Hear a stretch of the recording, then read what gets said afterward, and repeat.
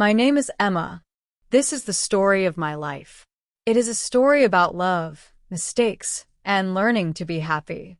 When I was 22 years old, my parents told me something that changed my life forever. Emma, my mother said one evening, we found a good man for you to marry. I looked at her with surprise. But Mom, I don't want to marry anyone right now. I want to study and work. My father spoke in a serious voice. Emma, James Miller is a good man. He has money and a nice house. You will be happy with him. I felt scared and confused. In my family, children always listen to their parents. But I didn't love James Miller. I had only met him twice at family dinners. He was quiet and seemed kind, but my heart felt nothing for him. I don't love him, I whispered to my mother. Love will come later, she said. First comes marriage, then comes love. That's how it works in our family. The wedding was planned quickly. I wore a white dress and smiled for photos, but inside I felt empty. James was gentle with me, but we were like two strangers living in the same house. We ate breakfast together, said good morning and good night, but we never really talked about our feelings. Months passed. James went to work every day, and I stayed home. I cooked, cleaned, and waited for love to grow in my heart. But it never came. I felt like I was living someone else's life. One day, while shopping at the market, I met someone who would change everything. His name was David, and he was an artist. He had kind eyes and a warm smile. When he talked, I felt butterflies in my stomach for the first time in my life. You look sad, David said to me as we stood near the fruit stand. Is everything okay? I wanted to tell him the truth, but I couldn't. I'm fine, I lied, but David could see through my words. Sometimes when we're not happy, it shows in our eyes, he said gently. We began to meet secretly.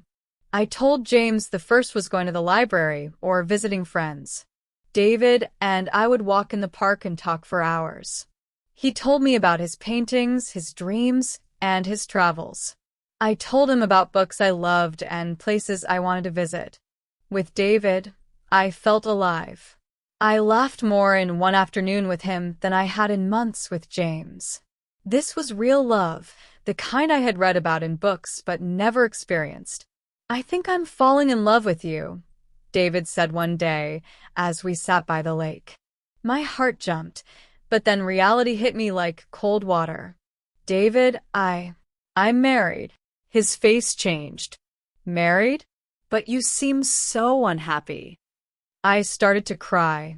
I'm married without loving him. My parents chose him for me.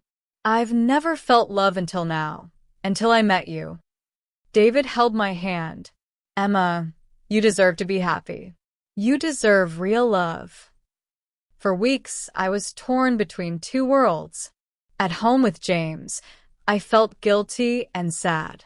With David, I felt happy but also confused. What was the right thing to do? One evening, James surprised me. Emma, he said after dinner, I know you're not happy. I felt panic in my chest. Did he know about David? What do you mean? You've been different lately. You seem distant. More distant than usual. He sat down across from me.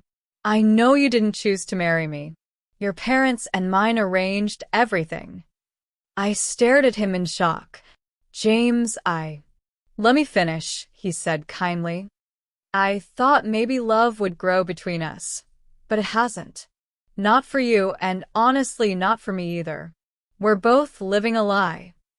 Tears filled my eyes. I'm sorry, James. I've tried to be a good wife. You are a good wife, he said, but you're not happy. And I want you to be happy. That night, we talked more honestly than we ever had. James told me he had feelings for someone else too, a woman at his office named Sarah. We both realized we had been pretending to have a marriage when we really just had an arrangement. What should we do? I asked. I think we should divorce. James said quietly. It's the right thing for both of us. The divorce was not easy. Our families were angry and disappointed. My parents said I was making a terrible mistake. You have a good husband and a comfortable life, my father said. Why would you throw that away? Because I want to live my own life, I told him. I want to marry for love, not because someone tells me to. You're being foolish, my mother said. Love is not as important as security. But I disagreed. I had learned that without love, even security felt like a prison. During the divorce process, I moved into a small apartment alone. For the first time in my life, I was completely independent. It was scary but also exciting. I got a job at a bookstore and began to build my own life. David was patient with me. He didn't pressure me to make any quick decisions. Take your time, he said. Figure out who you are when you're free. Living alone taught me many things about myself. I discovered I loved cooking for pleasure, not duty. I enjoyed reading late into the night without worrying about disturbing anyone. I learned to make my own decisions, big and small. Some days were hard. I felt lonely and wondered if I had made the right choice. The divorce was expensive and money was tight. My family barely spoke to me. Some of my old friends stopped visiting because they didn't approve of my decision. But David stood by me. He helped me paint my apartment and listened when I cried about missing my family. He never promised that life would be easy, but he promised that we would face difficulties together. Real love isn't always comfortable, he told me one day, but it's always true. After 6 months, my divorce was final. I felt relief and sadness at the same time. I was sad that my marriage had failed, but I was relieved to be free to choose my own path. James and I met one last time to sign the final papers. I hope you'll be happy, Emma, he said. I hope you'll be happy too, James. You deserve love as much as I do. He smiled. I think Sarah and I might get engaged soon. I was genuinely happy for him. We both deserved partners who loved us completely. My relationship with David grew stronger each day.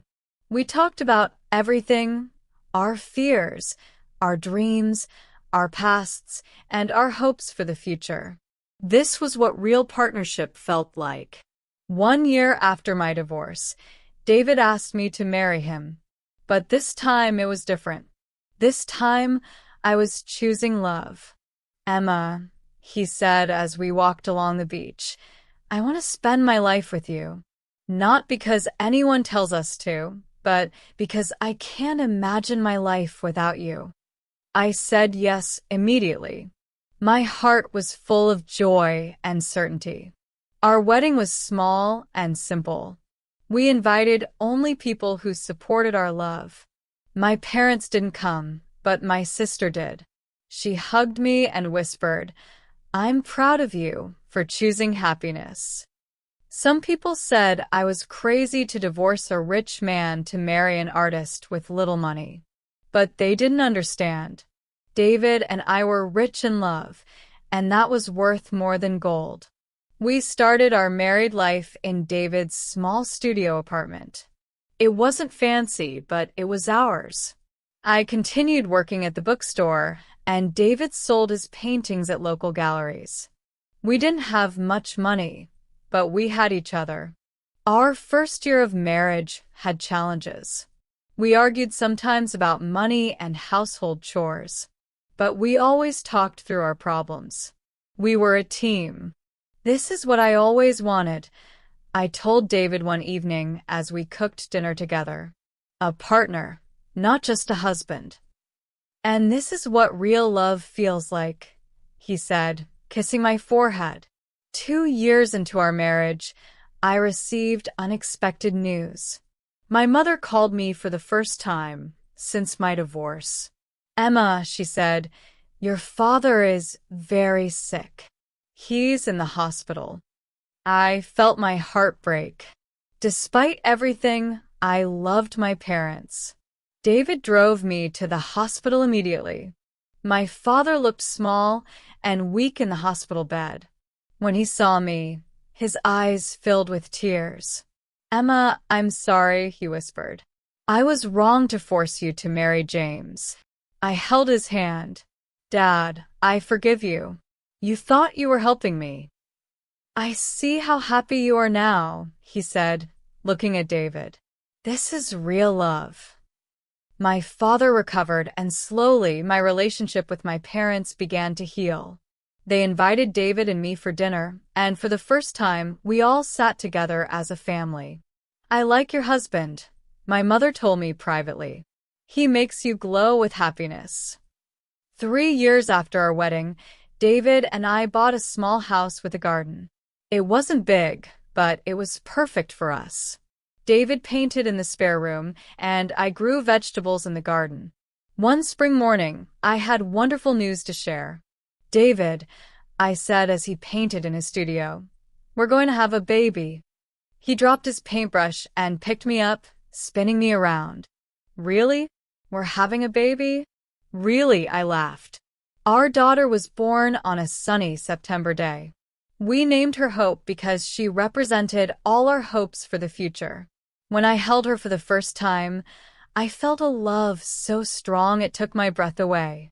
"She's perfect," David said, tears in his eyes. Looking at my beautiful family, I realized how much my life had changed. I had started as a young woman who married without love, living a life chosen by others. Now I was a wife and mother living a life I had chosen myself. The journey hadn't been easy. I had hurt people, faced criticism, and struggled financially. But every difficulty had been worth it to find real love and authentic happiness. Sometimes I wondered what my life would have been like if I had stayed married to James. I probably would have been comfortable, but never truly happy.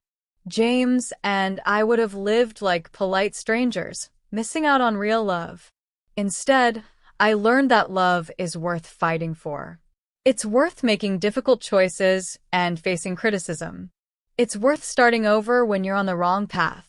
Now, as I watch David teach our daughter to paint, I know I made the right choice. Love isn't just a feeling, it's a decision to choose each other every day. It's supporting each other's dreams and working together through challenges. My marriage to James taught me what I didn't want. My marriage to David taught me what real love could be. Both experiences were necessary for me to become who I am today. I married without loving him the first time, but I learned that marriage without love is just an empty contract. Real marriage is a partnership between two people who choose each other freely and completely. Today, 10 years after leaving my first marriage, I can honestly say I'm living the life I was meant to live. I'm married to my best friend, raising our beautiful daughter, and following my own dreams. Sometimes people ask me if I regret my first marriage. I don't regret it because it taught me valuable lessons. It showed me the difference between settling for security and choosing love. My advice to young people is this: don't marry someone just because others tell you to. Don't settle for a life that doesn't make your heart sing. Be brave enough to choose love, even when it's difficult. Marriage should be a celebration of two hearts choosing each other, not an arrangement between families. Love should be the foundation, not an afterthought. As I write this story, David is reading to our daughter in the garden. The sun is setting, and I can hear them laughing together. This is what happiness sounds like. This is what love looks like. I married without loving him once, but I learned to love deeply and truly. Sometimes the wrong choice leads us to the right path. Sometimes we have to lose ourselves to find who we really are. My journey from an arranged marriage to true love wasn't easy, but it was mine to make. And that makes all the difference.